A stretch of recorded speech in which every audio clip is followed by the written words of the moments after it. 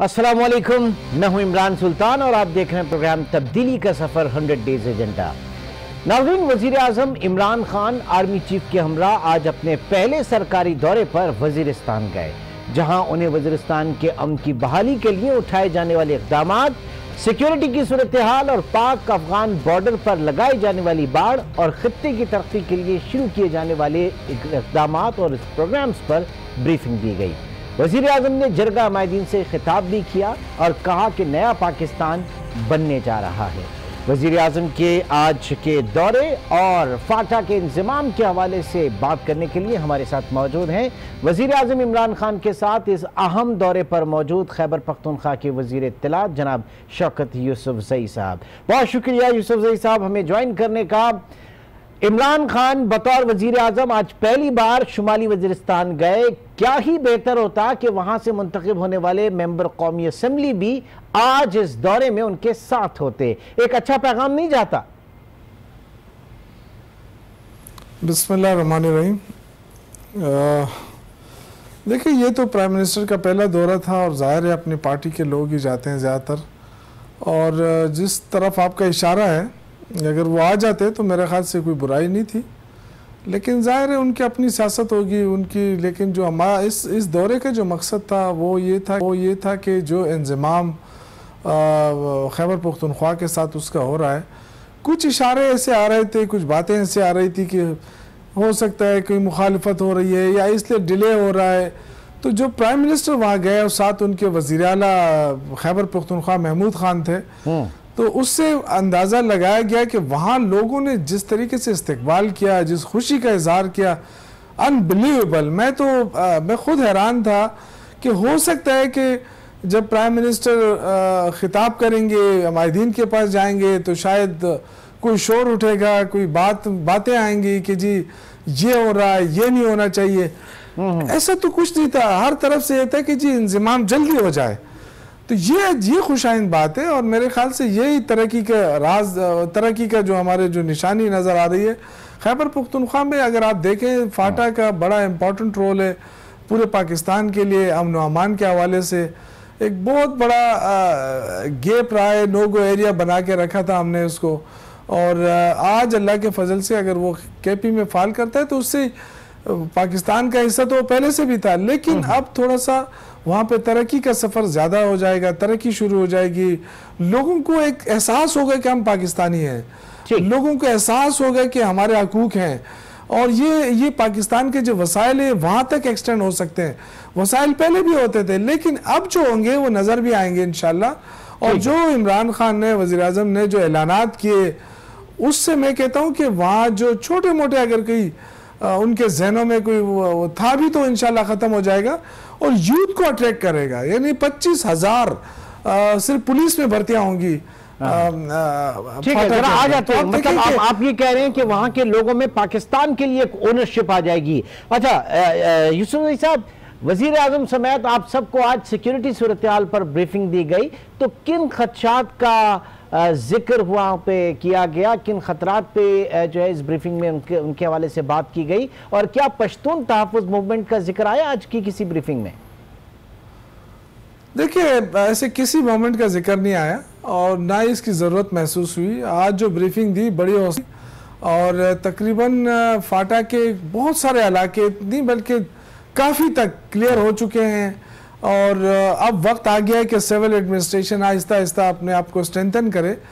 तो ये मैं समझता हूँ कि जो कुर्बानी दी है पाक फौज ने, मैं खुद भी, मैं तो हूँ खैबर पख्तूनख्वा से और पहाड़ी इलाकों से मेरा भी ताल्लुक है, लेकिन जो इलाके आज मैंने देखे अपनी आंखों से, और मैं खुद हैरान रहा कि इनको कैसे क्लियर किया गया होगा, इनको कितनी मेहनत करनी पड़ी होगी, कितनी कुर्बानी देनी पड़ी होगी पाक फौज को, हमारे सिक्योरिटी इदारों को। तो ये मैं कहता हूँ पूरे पाकिस्तान को उनका शुक्रिया अदा करना चाहिए कि जिस मुश्किल हालात में और मुश्किल जगहों पे उन्होंने पाकिस्तान को सिक्योर किया। और तो हम तो यहाँ बैठ के बातें करते हैं कि फौज ने इतना बजट खा लिया, फौज ने ये कर लिया, लेकिन आप यकीन करें जब आप वहाँ जाएंगे, उनकी हालात देखेंगे कि वो किस हालात में वहाँ पर ड्यूटी दे रहे हैं और आप पूरे पाकिस्तान का तहफ़्फ़ुज़ कर रहे हैं।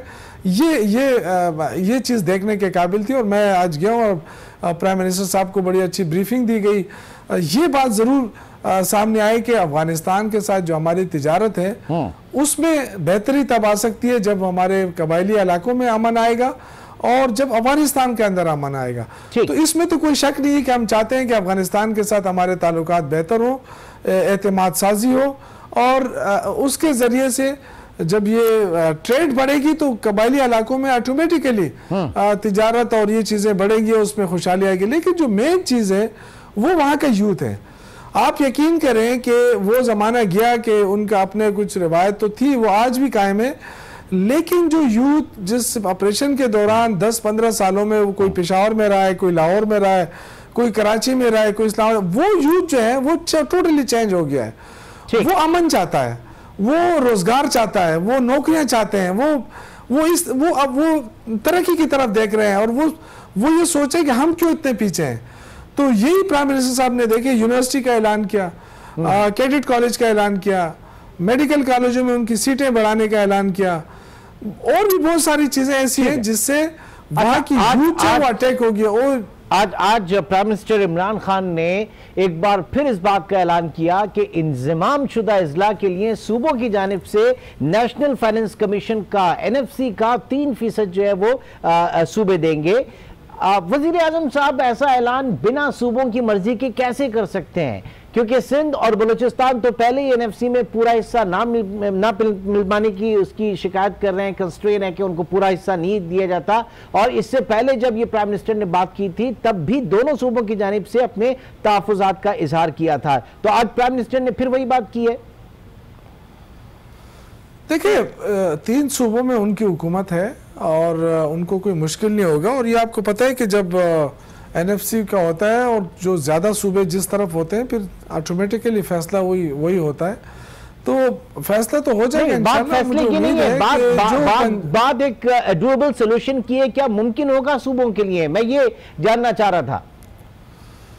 देखिए अगर आप देखें कि खैबर पुख्तनख्वा खुद दहशतगर्दी का शिकार रहा है और 15-20 सालों में मुश्किलात झेली हैं, इसी तरह बलूचिस्तान ने बड़ी तकलीफें देखी हैं, लेकिन फाटा हमारा हिस्सा है, पाकिस्तान का हिस्सा है। फाटा ने बड़ी कुर्बानियां दी हैं, फाटा के अवाम ने कुर्बानियां दी हैं, तो हम थोड़ा सा अगर उनके साथ शेयर कर लें अपने, और मैं आपको यकीन दिलाता हूं करना चाहिए, मैं बात कह रहा हूं कि यकीन करना चाहिए, लेकिन होता ये है सर हर साल बजट में हम जो है सूबों से तवक्का करते हैं कि वो सरप्लस बजट पेश करेंगे, लेकिन सूबे जो है वो डेफिसिट बजट पेश करते हैं, खसारे का बजट पेश करते हैं। तो इस हवाले से मैं जानना चाह रहा था वो इसलिए कि एक तो जो वफाक सूबों के साथ जो कमिटमेंट करता रहा है, कभी उन्होंने अपनी कमिटमेंट पूरी नहीं की। ना पीपल्स पार्टी के दौर में वो कमिटमेंट पूरी हुई, ना नून लीग के दौर में कमिटमेंट पूरी हुई। इस दफ़ा जो कमिटमेंट वफाक कर रहा है अच्छा सूबों के साथ, तो मेरे ख्याल से वो कमिटमेंट पूरी होगी इंशाल्लाह। और उसमें से अगर कोई शेयर अपने फाटा के लिए दे दिया जाए। और मैं आपको एक और चीज़ बता रहा हूँ कि फाटा के अंदर जो मिनरल्स हैं, ये आप देखेंगे कि फाटा कि अपने रिसोर्सेज इतने ज़्यादा होंगे कि वो दूसरे सूबों को सपोर्ट करेगा। ये बहुत जल्द होने वाला है।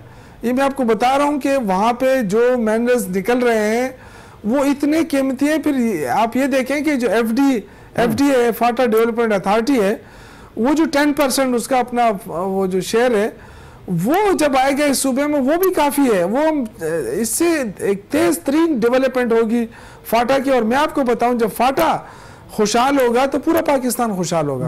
उससे ये फर्क पड़ेगा कि ये वो हमारे टैप किया जाना है। बिल्कुल ये एग्जैक्टली मैं आपको बता रहा हूं कि फाटा के लोग जो है ना, ये पहले कभी इस तरह नहीं हुआ है। वो चाहते हैं कि हम तरक्की करें, इसलिए कि जो नई नस्ल यहाँ से गई है वहां उनको वो उस तरह के माहौल नहीं पसंद है। वो कहते हैं कि जब हम तरक्की क्यों नहीं कर रहे हैं, तो वो जो उनको बहुत जल्दी है हमसे ज्यादा। ये अच्छी बात है। हाँ ये जरूर है कि वो अपना प्रोटेक्शन मांगते हैं। जो उनके रिवायात हैं, जो जरगा सिस्टम है जिसमें कोई स्पीडी ट्रायल होती है, वहां पे स्पीडी जस्टिस होती है, वो जरूर चाहते हैं कि जी हमारा वो निज़ाम अगर आप हमारे एक्सटेंड भी करते हैं हमें, तो कम से कम जो स्पीडी जस्टिस का निज़ाम है वो ख़त्म ना हो।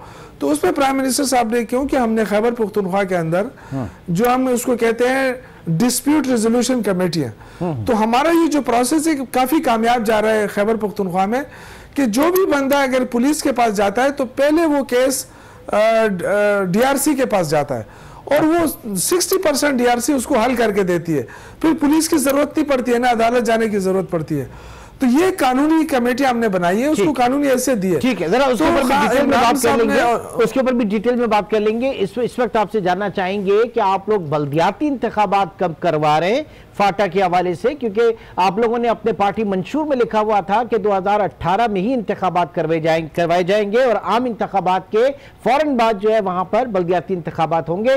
साल खत्म होने में सिर्फ 1 महीना रह गया है, तो थोड़ा सा पीछे रह गए आप लोग। हमारी तरफ से तैयारी मुकम्मल है। आज भी वज़ीर आज़म साहब ने ऐलान किया है कि फाटा तब तरक्की कर सकता है जब उनके अपने ग्रास रूट लेवल पर और हम जो पैसा दे रहे हैं वो उनके ज़रिए खर्च हो, और जितना जल्द मुमकिन हो सके उनके MPs हमारे मुंतखब हो जाएं, असम्बलियों में आए।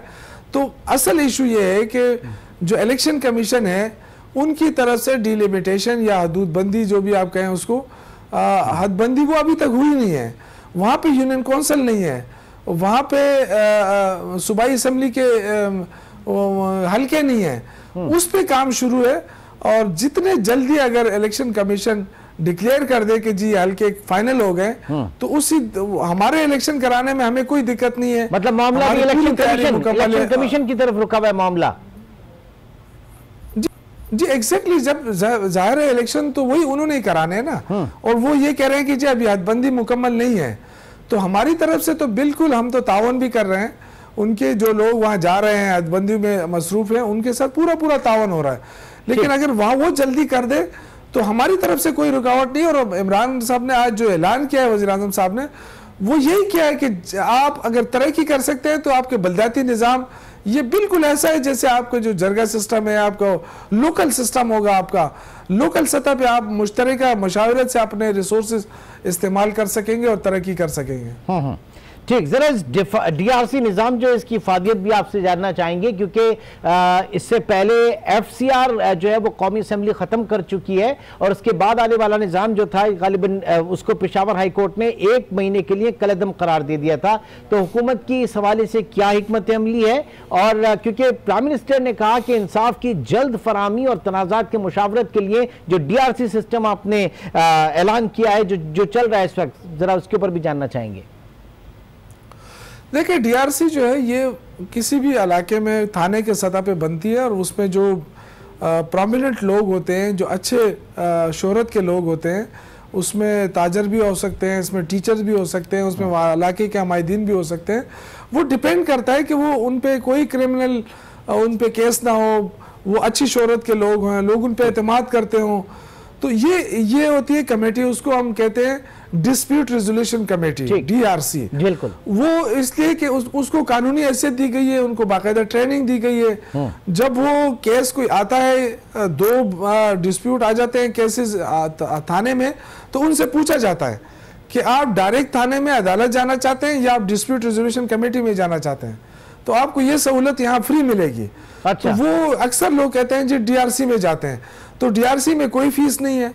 वो आपको वो जो लोग हैं वो बैठ के जो भी फैसला होगा वो कानूनी फैसला होता है, उसको फिर अदालत भी मानती है और पुलिस भी मानती है।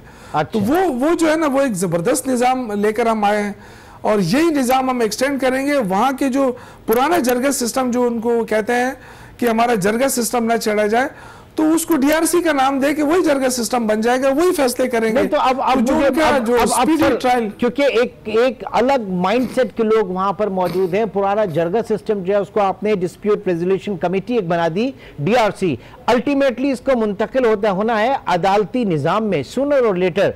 तो क्या ये इतना आसान होगा जितना समझा जा रहा है? 2 फरीकैन, जाहिर है कि अगर एक जो है वो समझता है कि उसके साथ इंसाफ नहीं हुआ, फिर उसके बाद जो सूबाई हुकूमत होगी, जो एडमिनिस्ट्रेशन होगी, उसकी इम्प्लीमेंटेशन इतनी आसान होगी? ये तो बिल्कुल नेचर अलग है ना वहां के लोगों का, एक क्योंकि उन्होंने इस तरह के अदालती निज़ाम देखा नहीं है कहीं। नहीं, देखिए वहाँ जो जरगा सिस्टम है ना, वो आपका अदालती निज़ाम ही है, लेकिन वो जरगा सिस्टम है नहीं। लेकिन आप उसे कह रहे हैं कि वो स्पीडी, सर वो स्पीडी जस्टिस है ना, वो स्पीडी जस्टिस है। हमारे अदालती निज़ाम में जब थोड़ा सा बड़ा डिले होता है। मैं आपको बता रहा हूँ, देखिए हम जो यहाँ DRC बनाई है ना, वो इतने ट्रेंड नहीं है जितने वो लोग ट्रेंड है, और वो उस पर एतमाद भी करते हैं। असल चीज़ें एतमाद का, और वो आपको बाउंड नहीं करते हैं। वो आप अदालत में भी जा सकते हैं, ये वो नहीं है कि आप मुतमईन नहीं है तो आप अदालत जा सकते हैं, अदालत का रास्ता तो नहीं रोका जाता आपका। लेकिन चूंकि जल्दी फैसला होता है और वो मुतमईन हो जाते हैं, क्योंकि वो दोनों फरीकों को बिठा के उनकी मुशावरत से उसमें जो लोग होते हैं वो किसी का फेवर नहीं करते हैं, और वो चीज़ नज़र भी आती है क्योंकि उसकी निगरानी भी होती है बाकायदा। तो उसमें ये फ़ायदा होता है कि न किसी की सिफारिश की ज़रूरत होती है, न किसी को पैसे देने की ज़रूरत होती है। वो जो लोग होते हैं वो अपने तौर पे वो बिल्कुल ठीक ठाक लोग होते हैं, कोई अच्छी शोहरत के लोग होते हैं। उसके फैसले भी जो हैं वो तमाम आइन और कानून के पाबंद होते होंगे ना, जो पाकिस्तान का आइन और कानून है उसी के हिसाब से वो फैसले करती होगी। तो फिर फर्क क्या रह जाता है बुनियादी? लेकिन उसको आप उसका बुनियादी फर्क ये रहे कि अगर आप मुतमईन नहीं है तो आप कोर्ट चले जाते हैं, आप उसको चैलेंज कर सकते हैं। आप कहें जी मुझे फैसला नामंजूर है, वो भी है। आप कोर्ट में जाना चाहते हैं तो कोर्ट से आपको कोई नहीं रोकता। लेकिन अगर बहुत सारे लोग ऐसे होते हैं जो वहाँ के मुतमईन हो जाते हैं कि हाँ ठीक है यार, बस एक चीज है, हमें क्या अदालतों में जाएंगे सही ठीक है। कबायली कल्चर के हवाले से देखेंगे, उस तनाजुर में देखें, कल्चर के हवाले से अगर उसे हम देखें, फिर देखिए कबायली कल्चर बड़ा मजबूत है, बड़ा रिच कल्चर है वहाँ पर। और वो लोग जो है ना वो सदियों से जरगा सिस्टम में आते रहे। उनको जो हमारे अदालती निज़ाम है उससे यही उनको खौफ लग रहा है, और वो जो निज़ाम है जरगा सिस्टम उस पर वो एतमाद करते हैं। उनको पता होता है कि ये लोग हमारे बारे में सही फैसला, क्योंकि उसमें सारे कबीले के लोग होते हैं और वो मशरान होते हैं, वो कभी ऐसा गलत फैसला नहीं करते। तो ये जो है ना, अगर वो चाहते हैं कि हमारा कबायली जरगा सिस्टम भी बहाल रहे, तो उस पर वज़ीर आज़म ने कहा कि मुझे कोई एतराज़ नहीं है, क्योंकि ये तो ऑटोमेटिकली ऑलरेडी हम पहले ही इस्तेमाल कर रहे हैं खैबर पख्तूनख्वा में, वो हम एक्सटेंड कर देंगे। आप अपने उसको जरगा कहें या प्रोवाइडेड के वो FRC का निज़ाम था, FCR का था, या DRC जो है इसके फैसले पाकिस्तान के आइन और कानून की हदूद के अंदर ही रहते हुए हों, प्रोवाइडेड। अच्छा, सूनर और लेटर आगे चल के जब है ना जी कुछ कह रहे थे आप?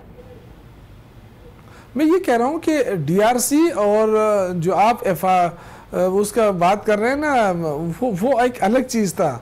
जो उस वक्त के जो काले कवानीन उनको कहते थे ना, वो काले कवानीन थे। अच्छा, जिसमें एक कबीले का एक बंदा गलती करता तो पूरे कबीले को वो गिरफ्तार करते। ओके, तो वो तो एक अलग चीज थी वो। हाँ ज़ाहिर है, उसकी तब्दीली के लिए, उसके खात्मे के लिए बड़े प्रोटेस्ट भी हुए, बहुत बड़ी डिमांड भी थी वहां से ना। जब आप बात करते हैं अदालती निज़ाम की और इसमें मुंतकली में, ज़ाहिर है कि बज़ाहिर इतनी आसानियां नहीं है, तो एडमिनिस्ट्रेटिव लेवल पे क्या वहां पे हो रहा है अदालतों का क़याम? क्योंकि पहले ये खबर आई थी कि जजों के नाम तक फाइनल हो गए, इंफ्रास्ट्रक्चर जो पूरा चाहिए होता है हमारे यहाँ लॉ को, वो किस हद तक, उस पर कहां तक काम हुआ है, या कुछ सोचा गया?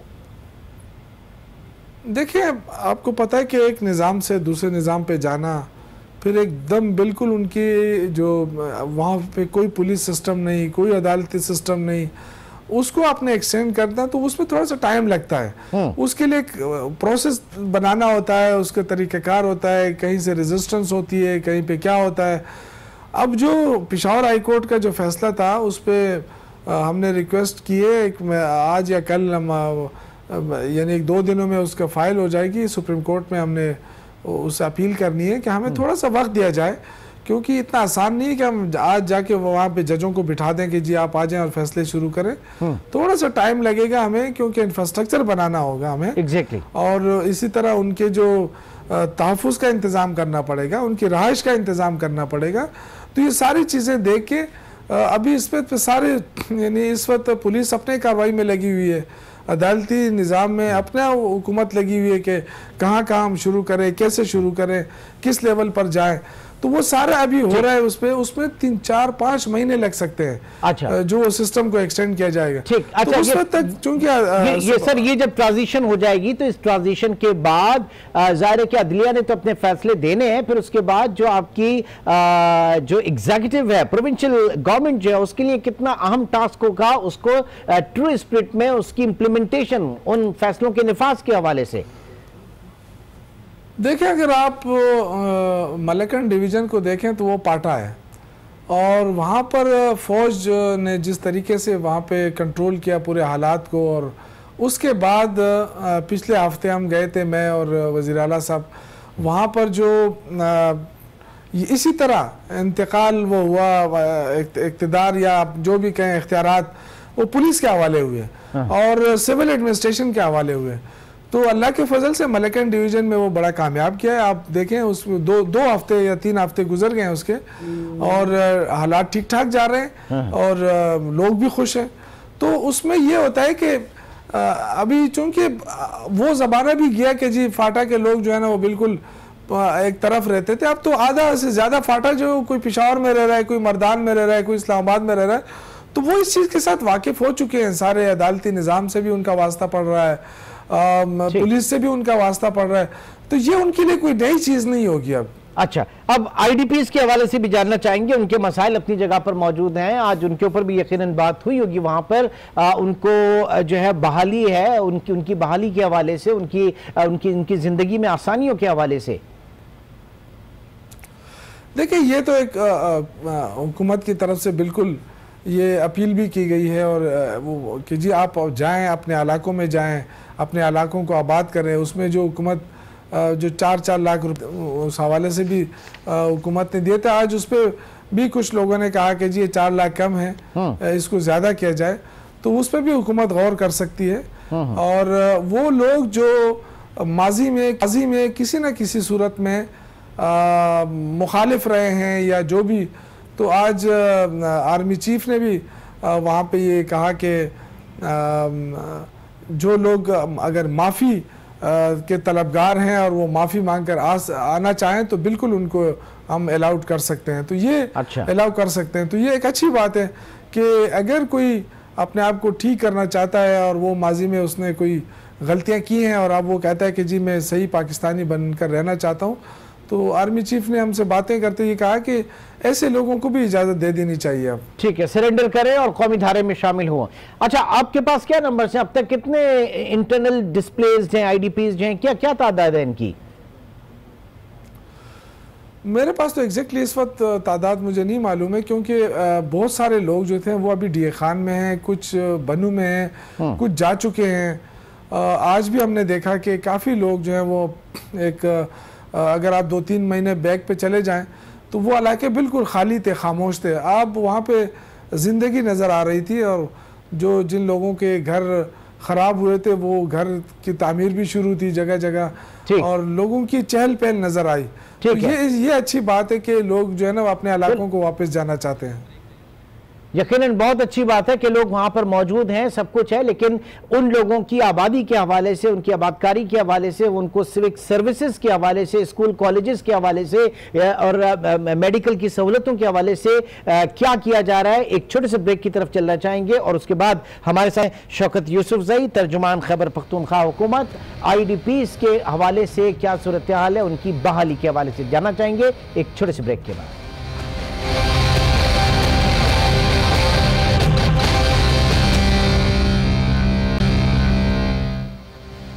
Welcome back. आज के इस प्रोग्राम में शौकत यूसुफजई, वज़ीर इत्तलात खैबर पख्तूनख्वा हुकूमत, इस वक्त हमारे साथ मौजूद हैं।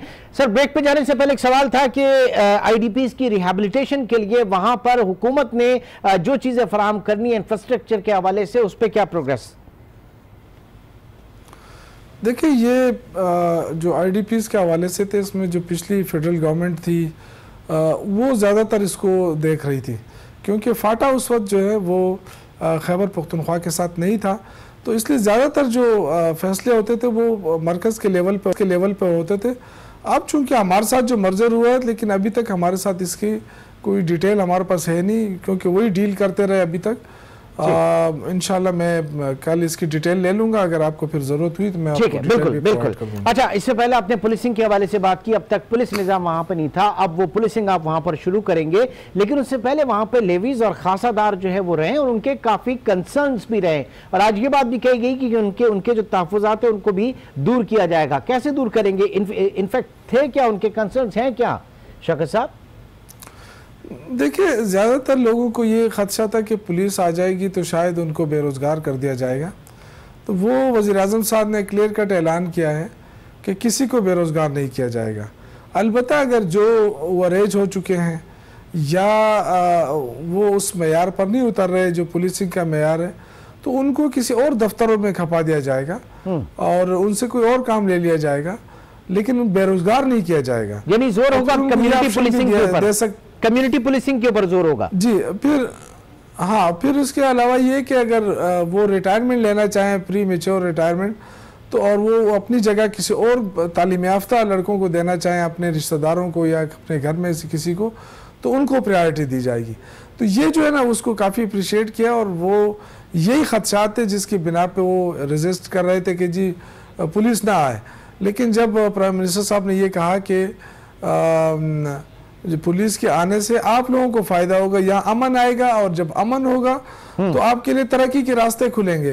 यानी तरक्की तो तभी होगी जब वहाँ अमन होगा, तो इसके लिए आप पुलिस से तावन करें, और जो लेवीज हैं, खासादार हैं, उनमें से किसी को बेरोजगार नहीं किया जाएगा, उनको बाकायदा जो आप सर अमन की बात कर रहे हैं, इस्तेहकाम की बात कर रहे हैं, यकीनी तौर से बिल्कुल जरूरी है। आज की इस ब्रीफिंग में बताया क्या गया कि अमन का दुश्मन है कौन?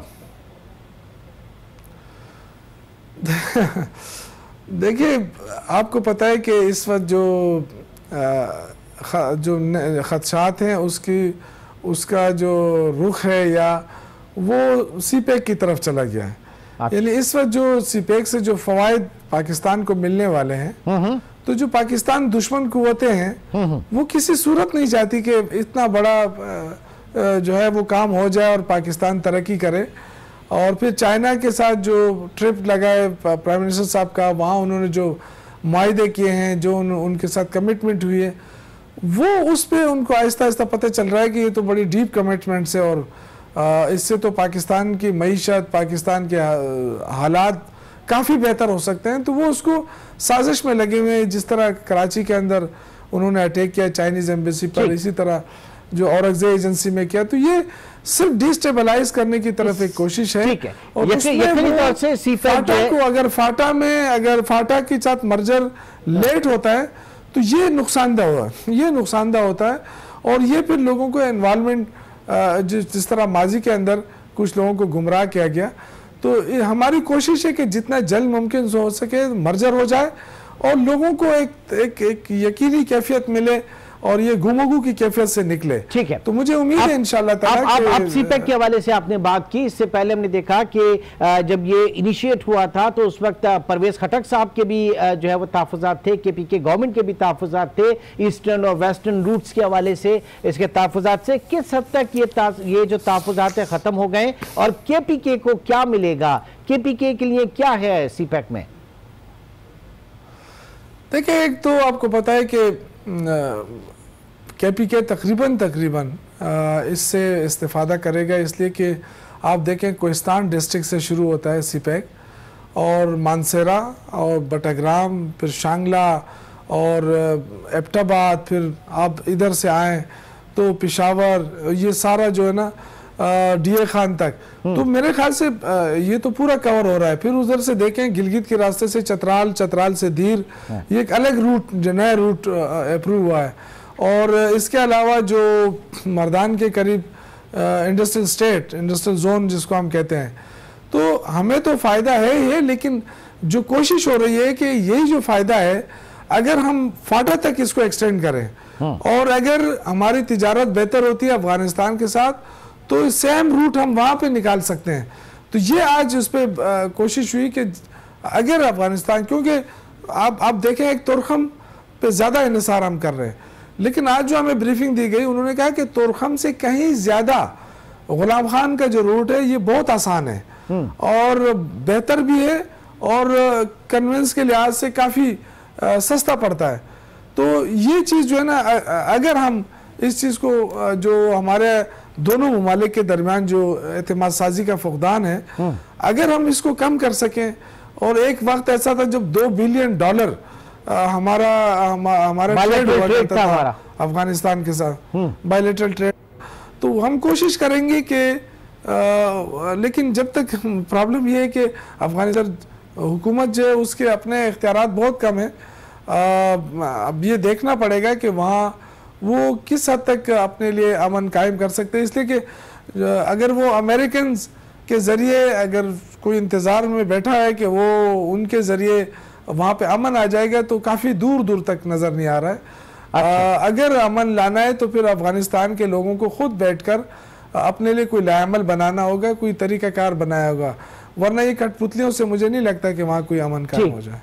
अब ज़ाहिर है कि एक अफगानिस्तान के अंदर अमन जो है वो एक कुल्ली शर्त इस हवाले से होता है। प्राइम मिनिस्टर ने आज जब वहाँ पे बात हुई तो बॉर्डर फेंसिंग के हवाले से भी बात हुई, पाक अफगान बॉर्डर के ऊपर। फिर दूसरा उन्होंने वहाँ का विजिट भी किया कि खारजी तौर पे ये कितना अहम मसला है हमारी हुकूमत के लिए, क्योंकि अफगानिस्तान में भी इस मर्जर को जो है हौसला अफजा नहीं समझा जा रहा, असल मसाइल वहां से भी बहुत हैं हमें। देखिए, अफगानिस्तान के लिए जब ये पोरस बॉर्डर था तो उनके लिए आसानी थी किसी को इधर करना उधर करना।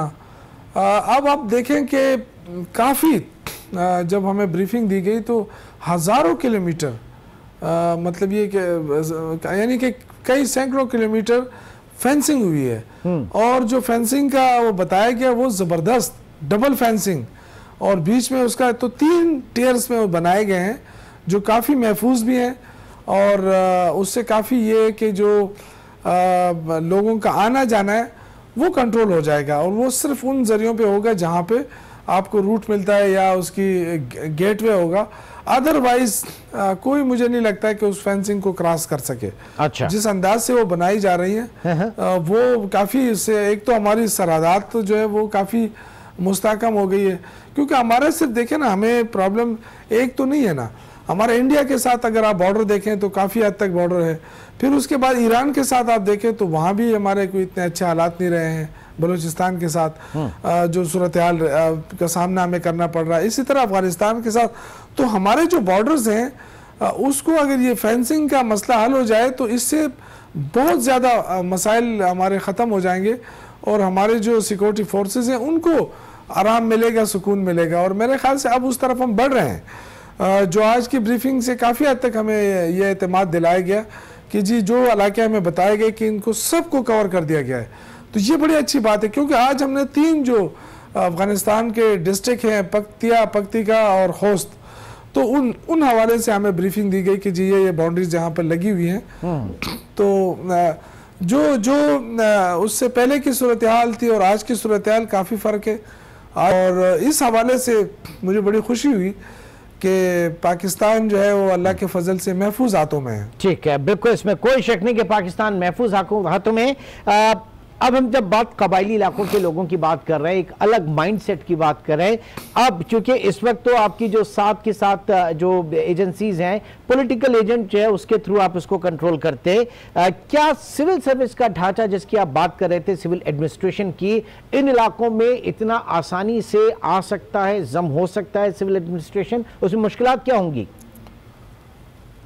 देखिए, मेरे ख्याल से अगर आप वहाँ के अमायदीन को एतमाद में ले लें और वो ताउन करें स्टार्ट में, तो फिर तो बड़ा आसान है, लेकिन अगर आप उनको नज़रअंदाज करेंगे तो फिर प्रॉब्लम्स आएंगी, इसमें कोई शक नहीं। और इसीलिए आज प्राइम मिनिस्टर साहब ने अपनी तकरीर में भी कहा कि हम मुशावरत करके आगे बढ़ेंगे, हम आपका जो निज़ाम है, जो आपका सिस्टम है, उसको नहीं तोड़ेंगे, हम आपको जो जिस चीज़ पे आप खुश होते हैं हम वो करेंगे। आप हमारे साथ बैठे, हमारे इदारों के साथ बैठे, जितने अमायदीन थे उन सबको मुखातिब करके कहा कि आप बैठे और आपकी मुशावरत से आगे बढ़ेंगे हम। तो ये लफ्ज़ जो इस्तेमाल है उस पर बड़ी तालियां बजी और लोगों ने उठकर खैर मकदम किया। और प्राइम मिनिस्टर से एक बहुत ही ज़ईफ़ आदमी था वहाँ का, जो खान नवाब जिसको मलक कहते हैं, उन्होंने कहा कि आपने हमारे दिल जीत लिए हैं, ये आपने बहुत अच्छा कहा कि यहाँ मुशावरत होगी तो प्लीज मुशावरा जरूर करें, हम आपको अच्छे रास्ते दिखाएंगे। तो मतलब कहने का मकसद ये है कि सिर्फ ये नहीं कि जो ओवर एज लोग हैं वो आपके लिए प्रॉब्लम क्रिएट करेंगे।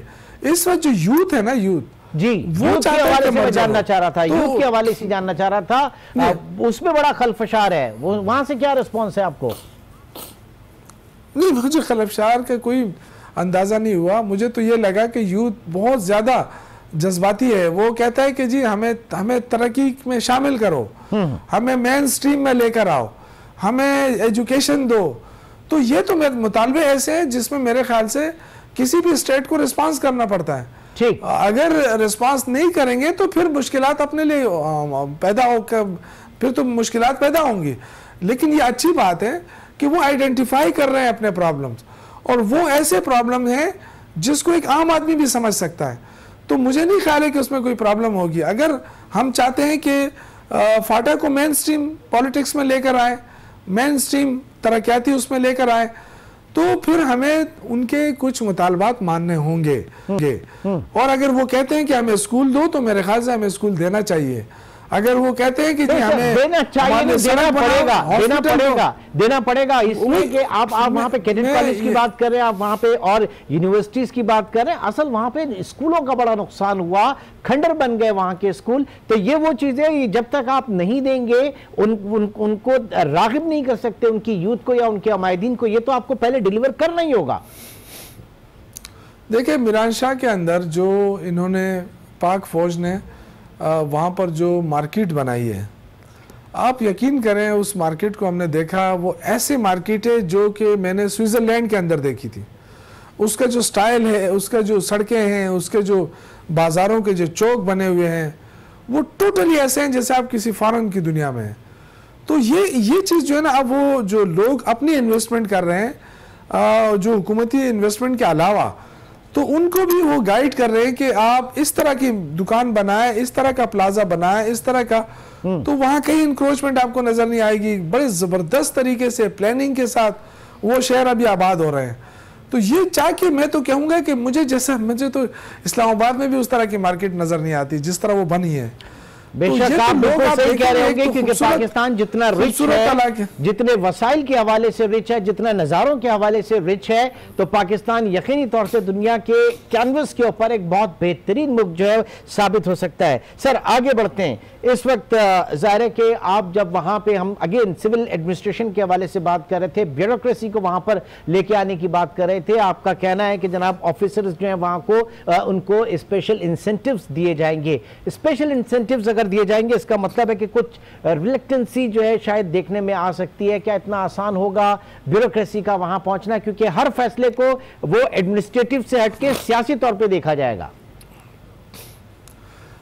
देखिए, हमारे लिए एक एडवांटेज ये है कि जो फाटा के अंदर जितने भी पॉलिटिकल एजेंट थे, या असिस्टेंट पॉलिटिकल एजेंट थे, या तहसीलदार थे, तो उनकी जो तकर्री है वो खैबर पख्तूनख्वा हुकूमत करती थी।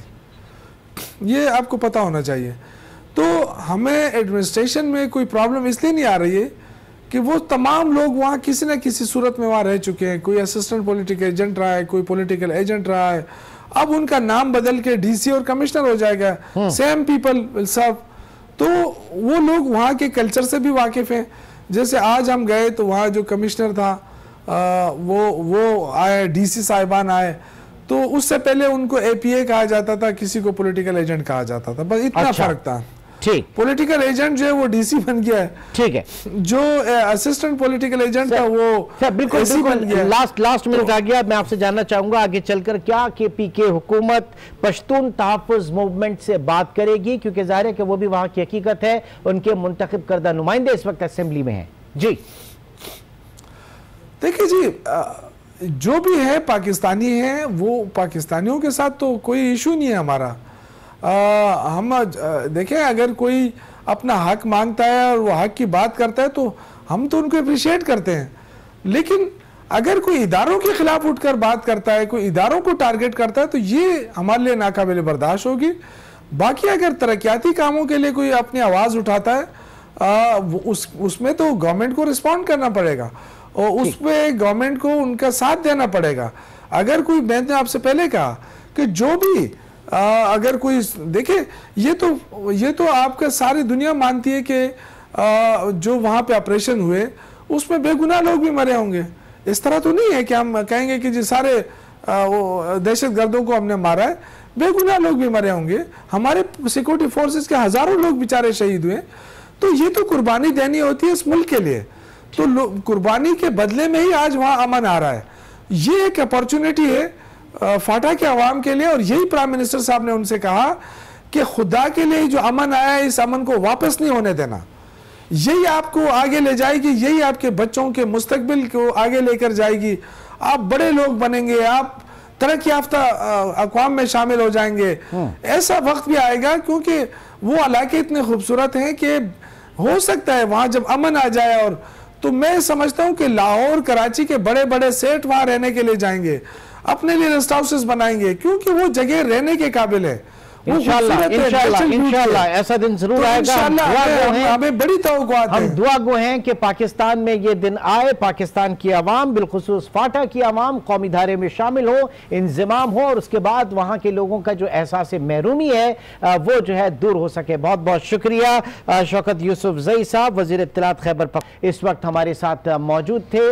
नाज़रीन, आज के प्रोग्राम में एक बार फिर वही दुआ कि खैबर पख्तूनख्वा के साथ जो फाटा का इंतजाम है बहसन तरीके से ये हो, और ये लोग भी हमारे साथ कौमी धारे में शामिल हों। इंशाल्लाह आपसे कल मुलाकात होगी। टिल देन टेक केयर, अल्लाह हाफ़िज़।